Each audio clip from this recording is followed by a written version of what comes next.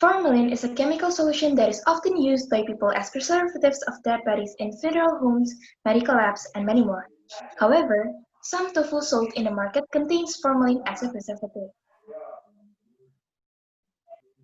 They meant to extend the storage time for food. Until now, in 2020, there are still findings of tofu sold using formalin. One of it is in the capital city of South Sumatra province. Hi, I'm Ella.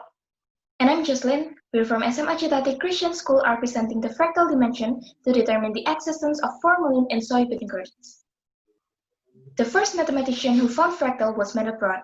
Fractals commonly used to describe many disordered and irregular objects, such as the picture shown. It can be in many objects around us. They usually have the property of self-similarity. Fractal dimensions indicate the complexity of fractal objects. Tofu itself is a fractal since it has many holes. Therefore, we will use the fractal dimension to identify the difference between tofu with and without formalin. Fractal dimension has been applied in the analysis of segmentation, image and graphic analysis, and shape measurement and classification. It is also very useful in the analysis of image with self-similar content, such as texture. And from this table, we can see that tofu with and without formalin has a significant difference in texture. In our research, we have several ways to count the dimension of tofu. The first one is by measuring the mass and diameter of squeezed tofu, and the second one is by using a box counting method.